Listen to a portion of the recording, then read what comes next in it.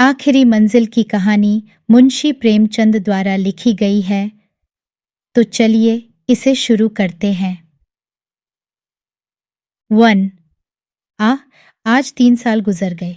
यही मकान है, यही बाग है, यही गंगा का किनारा, यही संगमरमर का हौज, यही मैं हूँ और यही दरो दीवार। मगर इन चीज़ों से दिल पर कोई असर नहीं होता। वह नशा जो गंगा की सुहानी और हवा के दिलकश झोंकों से दिल पर छा जाता था, उस नशे के लिए अब जी तरस जरस के रह जाता है। अब वह दिल नहीं रहा। वह युवती जो जिंदगी का सहारा थी, अब इस दुनिया में नहीं है। मोहिनी ने बड़ा आकर्षक रूप पाया था। उसके सौंदर्य में एक आश्चर्यजनक बात थी। उसे प्यार करना मुश्किल था, वह पूजने के योग्य थी। उसके चेहरे पर हमेशा एक बड़ी लुभावनी आत्मिकता की दीप्ति रहती थी। उसकी आंखें, जिनमें लाज और गंभीरता और पवित्रता का नशा था, प्रेम का स्रोत थी। उसकी एक एक चितवन, एक एक क्रिया, एक एक बात उसके हृदय की पवित्रता और सच्चाई का असर दिल पर पैदा करती थी। जब वह अपनी शर्मीली आंखों से मेरी ओर ताकती, तो उसका आकर्षण और असकी गर्मी मेरे दिल में एक ज्वार-भाटा सा पैदा कर देती थी। उसकी आंखों से आत्मिक भावों की किरणें निकलती थीं, मगर उसके होठों प्रेम की बानी से अपरिचित थे। उसने कभी इशारे से भी उस अथाह प्रेम को व्यक्त नहीं किया, जिसकी लहरों में वह खुद तिनके की तरह बही जाती थी। उसके प्रेम की कोई सीमा न थी। वह प्रेम जिसका लक्ष्य मिलन है, प्रेम नहीं वासना है। मोहिनी का प्रेम वह प्रेम था जो मिलने में भी वियोग के मजे लेता है। मुझे खूब याद है एक बार जब उसी हौज के किनारे चौंदनी रात में मेरी प्रेम भरी बातों से विभोर होकर उसने कहा था, आह! वह आवाज अभी मेरे हृदय पर अंकित है। मिलन प्रेम का आदि है, अंत नहीं। प्रेम की समस्या पर इससे ज्यादा क्षणदार, इससे ज्यादा ऊंचा ख्याल कभी मेरी नजर में नहीं गुजरा। वह प्रेम जो चितावनों से पैदा होता है और वियोग में भी हरा भरा रहता है, वह वासना के एक झोंके को भी बर्दाश्त नहीं कर सकता। संभव है कि यह मेरी आत्मस्तुति हो, मगर वह प्रेम जो मेरी कमजोरियों के बावजूद मोहिनी को मुझसे था, उसका एक कतरा भी मुझे बेसुध करने के लिए काफी था। मेरा हृदय इतना विशाल ही न था। मुझे आश्चर्य होता था कि मुझ में वह कौन सा गुण था जिसने मोहिनी को मेरे प्रति प्रेम से विह्वल कर दिया था। सौंदर्य, आचरण की पवित्रता, मर्दानगी का जौहर, यही वह गुण हैं जिन पर मोहब्बत निछावर होती है। मगर मैं इनमें से एक पर भी गर्व नहीं कर सकता था। शायद मेरी कमजोरियों ही उस प्रेम की तड़प का कारण थीं। मोहिनी में वह अदाएं न थीं जिन पर रंगीली तबीयतें फिदा हो जाया करती हैं। तिरछी चितवन, रूप गर्व की मस्ती भरी हुई आंखें, दिल को मोह लेने वाली मुस्कुराहट, चंचल वाणी, उनमें से कोई चीज यहों न थी। मगर जिस तरह चौथ की मध्यम सुहानी रोशनी में कभी कभी फुहारें पड़ने लगती हैं, उसी तरह निश्चल प्रेम में उसके चेहरे पर एक मुस्कुराहट कौंध जाती और आंखें नम हो जाती। यह अदा न थी, सच्चे भावों की तस्वीर थी जो मेरे हृदय में पवित्र प्रेम की खलबली पैदा कर देती थी। 2। शाम का वक्त था। दिन और रात गले मिल रहे थे। आसमान पर मतवाली घटाएं छाई हुई थीं और मैं मोहिनी के साथ उसी हौज के किनारे बैठा हुआ था। ठंडी ठंडी बयार और मस्त घटाएं हृदय के किसी कोने में सोते हुए प्रेम के भाव को जगा दिया करती है। वह मतवालापन जो उस वक्त हमारे दिलों पर छाया हुआ था, उस पर मैं हजारों होशमंदियों को कुर्बान कर सकता हूँ। ऐसा मालूम होता था कि उस मस्ती के आलम में हमारे दिल बेताब होकर आंखों से टपक पड़ेंगे। आज मोहिनी की जबान भी संयम की बेड़ियों से मुक्त हो गई थी और उसकी प्रेम में डूबी हुई बातों से मेरी आत्मा को जीवन मिल रहा था। एकाएक मोहिनी ने चौंक कर गंगा की तरफ देखा। हमारे दिलों की तरह उस वक्त गंगा भी उमड़ी हुई थी।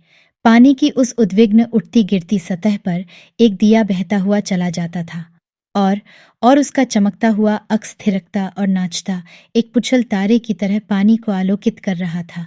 आह! उस नन्ही सी जान की क्या बिसात थी।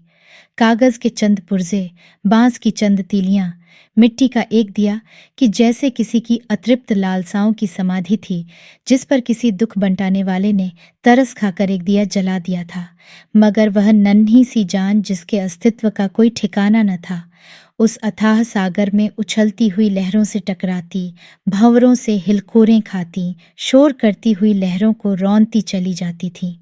शायद जल देवियों ने उसकी निर्बलता पर तरस खाकर उसे अपने आंचलों में छुपा लिया था। जब तक वह दिया झिलमिलाता और टिमटिमाता हमदर्द लहरों से झकोरे लेता दिखाई दिया। मोहिनी टकटकी लगाए खोई सी उसकी तरफ ताकती रही। जब वह आंख से ओझल हो गया तो वह बेचैनी से उठ खड़ी हुई और बोली, मैं किनारे पर जाकर उस दिए को देखूंगी। जिस तरह हलवाई की मनभावन पुकार सुनकर बच्चा घर से बाहर निकल पड़ता है और चाव भरी आंखों से देखता और अधीर आवाज़ों से पुकारता उस नेमत के थाल की तरफ दौड़ता है, उसी जोश और चाव के साथ मोहिनी नदी के किनारे चली। बाग से नदी तक सीढ़ियां बनी हुई थीं। हम दोनों तेजी के साथ नीचे उतरे और किनारे पहुंचते ही मोहिनी ने खुशी के मारे उछलकर जोर से कहा, अभी है, देखो वह निकल गया। वह बच्चों का सा उत्साह और उद्विग्न अधीरता जो मोहिनी के चेहरे पर उस समय थी, मुझे कभी न भूलेगी। मेरे दिल में सवाल पैदा हुआ, उस दिए से ऐसा हार्दिक संबंध, ऐसी विह्वलता क्यों? मुझ जैसा कवित्व शून्य व्यक्ति उस पहेली को जरा भी न बूझ सका। मेरे हृदय में आशंकाएं पैदा हुईं। अंधेरी रात है, घटाएं उमड़ी हुईं, नदी बाढ़ पर, हवा तेज, यह इस वक्त ठहरना ठीक नहीं। मगर मोहिनी, वह चाव भरे भोलेपन की तस्वीर, उसी दिए की तरफ आंखें लगाए चुपचाप खड़ी थी और वह उदास दिया ज्यों हिलता मचलता चला जाता था, न जाने कहो किस देश। मगर थोड़ी देर के बाद वह दिया आंखों से ओझल हो गया। मोहिनी ने निराश स्वर में पूछा गया, बुझ गया होगा। और इसके पहले कि मैं जवाब दूं, वह उस डोंगी के पास चली गई जिस पर बैठकर हम कभी कभी नदी की सैरें किया करते थे और प्यार से मेरे गले लिपट कर बोली, मैं उस दिए को देखने जाऊंगी कि वह कहाँ जा रहा है, किस देश को। यह कहते कहते मोहिनी ने नाव की रस्सी खोल ली। जिस तरह पेड़ों की डालियां तूफान के झोंकों से झंकोले खाती हैं, उसी तरह यह डोंगी डौम वाडोल हो रही थी। नदी का वह डरावना विस्तार, लहरों की वह भयानक छलौंगे, पानी की वह गरजती हुई आवाज, इस खौफनाक अंधेरे में इस डोंगी का बेड़ा क्यों कर पार होगा। मेरा दिल बैठ गया। क्या उस अभागे की तलाश में यह किश्ती भी डूबेगी? मगर मोहिनी का दिल उस वक्त उसके बस में न था। उसी दिए की तरह उसका हृदय भी भावनाओं की विराट, लहरों भरी गरजती हुई नदी में बहा जा रहा था। मतवाली घटाएं झुकती चली आती थीं कि जैसे नदी के गले मिलेंगी, और वह काली नदी यूं उठती थी कि जैसे बदलों को छू लेंगी। डर के मारे आंखें मूंदी जाती थीं। हम तेजी के साथ उछलते, कगारों के गिरने की आवाजें सुनते, काले काले पेड़ों का झूमना देखते चले जाते थे। आबादी पीछे छूट गई, देवताओं को बस्ती से भी आगे निकल गए। एकाएक मोहिनी चौंक कर उठ खड़ी हुई और बोली, अभी है, देखो वह जा रहा है। मैंने आंख उठाकर देखा, वह दिया ज्यों का त्यों हिलता मचलता चला जाता था। 3 उस दिए को देखते हम बहुत दूर निकल गए। मोहिनी ने यह राग अलापना शुरू किया, मैं साजन से मिलन चली। कैसा तड़पा देने वाला गीत था और कैसी दर्द भरी रसीली आवाज, प्रेम और आंसुओं में डूबी हुई। मोहक गीत में कल्पनाओं को जगाने की बड़ी शक्ति होती है। वह मनुष्य को भौतिक संसार से उठाकर कल्पना लोक में पहुंचा देता है। मेरे मन की आंखों में उस वक्त नदी की पुरशोर लहरें, नदी किनारे की झूमती हुई डालियों, सनसनाती हुई हवा, सब ने जैसे रूप धर लिया था और सब की सब तेजी से कदम उठाए चली जाती थीं अपने साजन से मिलने के लिए। उत्कंठा और प्रेम से झूमती हुई ए युवती की धुंधली सपने जैसी तस्वीर हवा में, लहरों में और पेड़ों के झुरमुट में चली जाती दिखाई देती और कहती थी, साजन से मिलने के लिए। इस गीत ने सारे दृश्य पर उत्कंठा का जादू फूंक दिया। मैं साजन से मिलन चली। साजन बसत कौन सी नगरी में बौरी न जानूं, ना मोहे आस मिलन की उससे ऐसी प्रीत भली। मैं साजन से मिलन चली। मोहिनी खामोश हुई तो चारों तरफ सन्नाटा छाया हुआ था और उस सन्नाटे में एक बहुत मध्यम रसीला स्वप्निल स्वर क्षितिज के उस पार से या नदी के नीचे से या हवा के झोंकों के साथ आता हुआ मन के कानों को सुनाई देता था। मैं साजन से मिलन चली। मैं इस गीत से इतना प्रभावित हुआ कि जरा देर के लिए मुझे ख्याल न रहा कि कहाँ हूँ और कहाँ जा रहा हूँ। दिल और दिमाग में वही राग गूंज रहा था। अचानक मोहिनी ने कहा, उस दिए को देखो। मैंने दिए की तरफ देखा। उसकी रोशनी मंद हो गई थी और आयु की पूंजी खत्म हो चली थी। आखिर वह एक बार जरा भभका और बुझ गया। जिस तरह पानी की बूंद नदी में गिरकर गायब हो जाती है, उसी तरह अंधेरे के फैलाव में उस दिए की हस्ती गायब हो गई। मोहिनी ने धीमे से कहा, अब नहीं दिखाई देता, बुझ गया। यह कहकर उसने एक ठंडी सांस ली। दर्द उमड़ आया, आंसुओं से गला फंस गया। जबान से सिर्फ इतना निकला, क्या यही उसकी आखिरी मंजिल थी? और आंखों से आंसू गिरने लगे। मेरी आंखों के सामने से पर्दा सा हट गया। मोहिनी की बेचैनी और उत्कंठा, अधीरता और उदासी का रहस्य समझ में आ गया और बरबस मेरी आंखों से भी आंसू की चंद बूंदें टपक पड़ीं। क्या उस शोर भरे खतरनाक तूफानी सफर की यही आखिरी मंजिल थी? दूसरे दिन मोहिनी उठी तो उसका चेहरा पीला था। उसे रात भर नींद नहीं आई थी। वह कवि स्वभाव की स्त्री थी। रात की इस घटना ने उसके दर्द भरे भावुक हृदय पर बहुत असर पैदा किया था। हंसी उसके होठों पर यूं ही बहुत कम आती थी। हाँ, चेहरा खिला रहता था। आज से वह हंसमुखपन भी विदा हो गया। हरदम चेहरे पर एक उदासी सी छाई रहती और बातें ऐसी जिनसे हृदय छलनी होता था और रोना आता था। मैं उसके दिल को इन ख्यालों से दूर रखने के लिए कई बार हंसाने वाले किस्से लाया, मगर उसने उन्हें खोलकर भी न देखा। हाँ, जब मैं घर पर न होता तो वह कवि की रचनाएं देखा करती, मगर इसलिए नहीं कि उनके पढ़ने से कोई आनंद मिलता था, बल्कि इसलिए कि उसे रोने के लिए ख्याल मिल जाता था।